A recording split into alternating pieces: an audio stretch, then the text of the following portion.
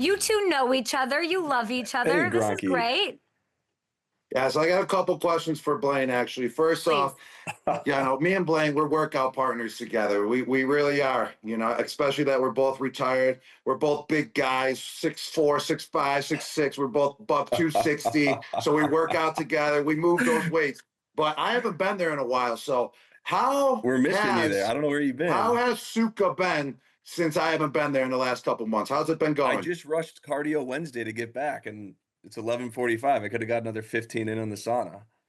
Yes, that's what I'm talking about. And is Dylan even a legit trainer? Dylan's the best. You know that. He's got all I his know. baseball guys now, though, so he's busy with the baseball guys. Oh, so he's big time. He's moving on from the Yeah. football guys and going to the Yeah. baseball guys. Oh, yeah. Oh, I see. And then I got another question for Blaine. What was it like throwing a touchdown pass to your favorite tight end of all time right here versus the Detroit Lions? First play in the second half, down the seam. Let's go, Blaine. What was that like? I think I told you at the line of scrimmage you were getting the ball because they lined up in like over cover two. It was pretty wide open.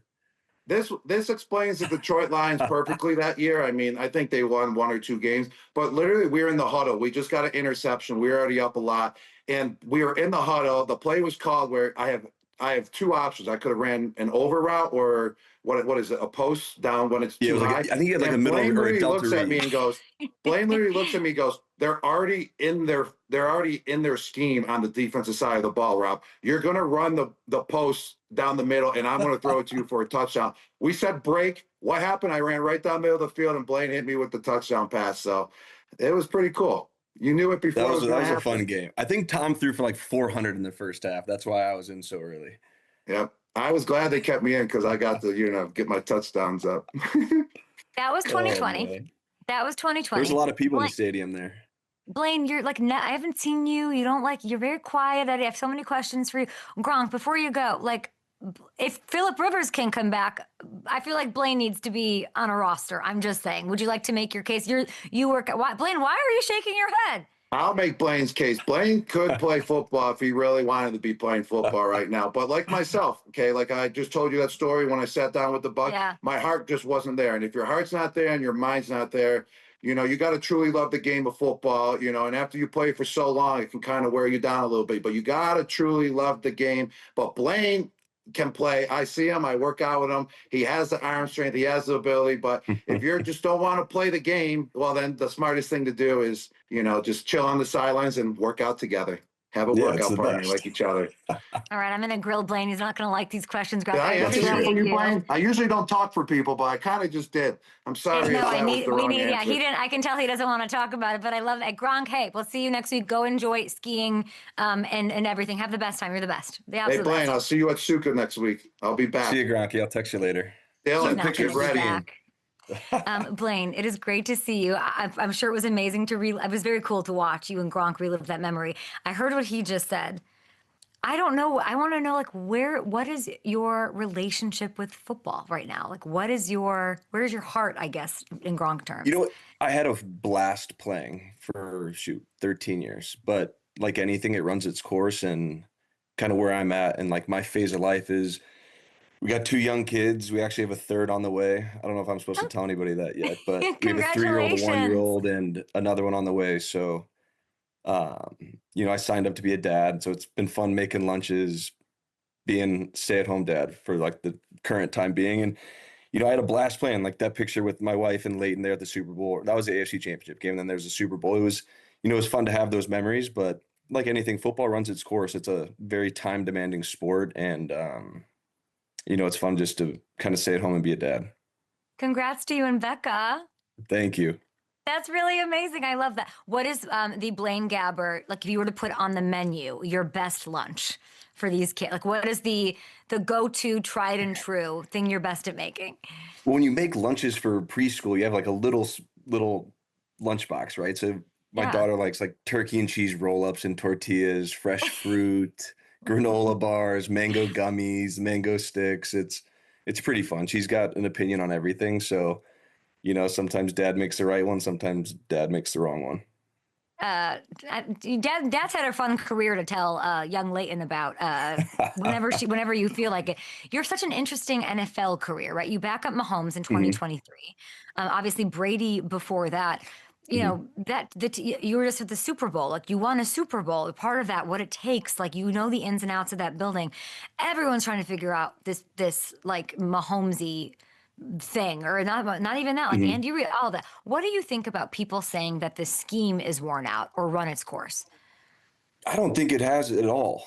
Football is just such a funny game, and there's such a fine line between having complete and total success and then losing the close games. And I think I saw a stat the other day. I haven't followed football super close this year, but their record in one score games this year isn't what it has been the last 5, 6, No. 7 years. And so then you're talking about 2, 3, 4 plays a game that really change the outcome of any football game. You look at 3 plays a game on a Monday, they change the outcome of the football game. And you see some of those untimely sacks or turnovers, they have a direct impact on the final score. And they just haven't made the plays this year that they've been accustomed to making in the years past. And I still think they're a great football team. They're just battling injuries now. So it's just kind of snowballing for those guys.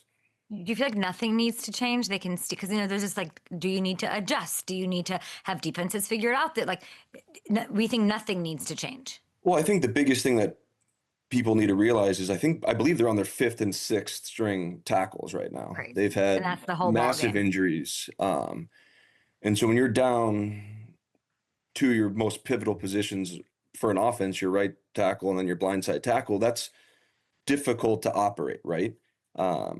And so maybe they do need to adjust accordingly, but Patrick's so talented at making plays and they have great skill positions to get guys open. They have a great scheme with Coach Reid, Nags, and Girardi calling the red zone stuff. So it's just one of those deals that you have to make those 2 or 3 extra plays a game. And I think that would have changed the outcome of the last 4 or 5 games that they've lost, right? And then they're not mathematically eliminated, correct? No, they can win out. We can pull up the schedule for you. And But I'd they love have to to know if win you out, think, right? And other things have yeah, to happen. But yeah. that was But a to big me, like that game would be versus like, Houston yeah. last week.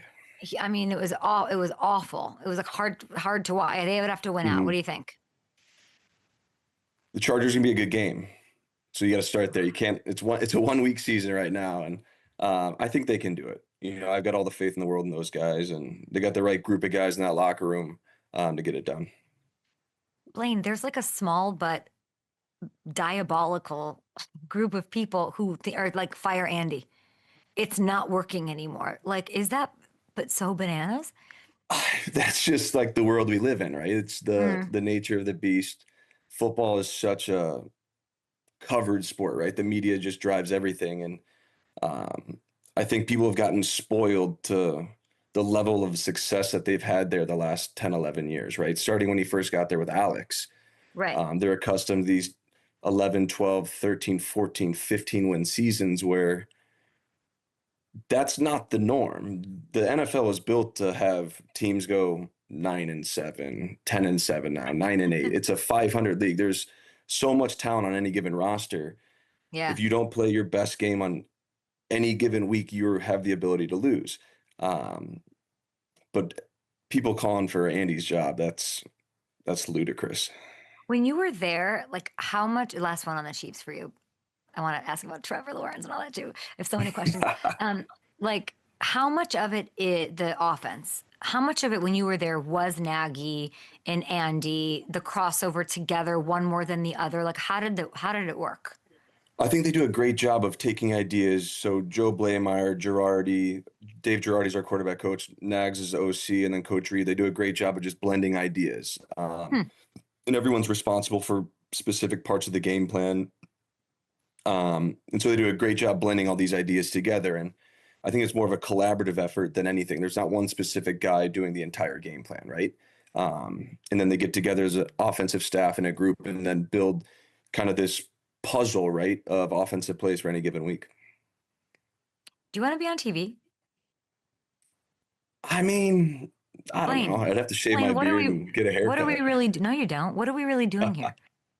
Why I aren't could do you it. analyzing stuff? Like that was great. I never knew that. What is what? We can make the TV's a mango time commitment, and sandwiches, I don't know. mango sticks. Maybe you could do it the night before. I don't know. Like I really feel like I don't know. I really feel like you and I just think this is an audition tape that I'm gonna have to send around you, and you're not gonna like it. But Gronk and I Do know it for some me. You people can who be know some people. my you're my I'll PR be your person. agent. Yeah. Yeah, perfect. Done. I want My to ask you agents about. are probably watching this. They're probably like, Great. I'm no. going to send it to them too. What are we doing here? I'd like to see you on a team. You're telling me Phillip Rivers. You're telling me Chris Ballard could call you. They have one quarterback that's 44 that's healthy. Chris Ballard calls and you're not answering that call and going there. Come on, really? No, I doubt it. There's a 99.9% chance I would say no, which is basically you're like, 100. yeah. I knew it. The door is open. Okay, I want to ask you because Mizzou, great shape. Mhm. Drinkwitz, okay, 6-year extension. They keep him. There's all Mhm. these other schools circling around. How big of a deal is it for your alma mater to get that deal done? Well, I think in order to have success kind of in this college football landscape, you have to have stability at the head coaching position. And you see the turmoil when a head coach leaves, like when you saw Lane go to LSU. Ultimately, I don't know this for a fact. Ole Miss should have matched that deal. And if they really wanted to keep him, they should have given him not only the money for his salary, his staff's salary.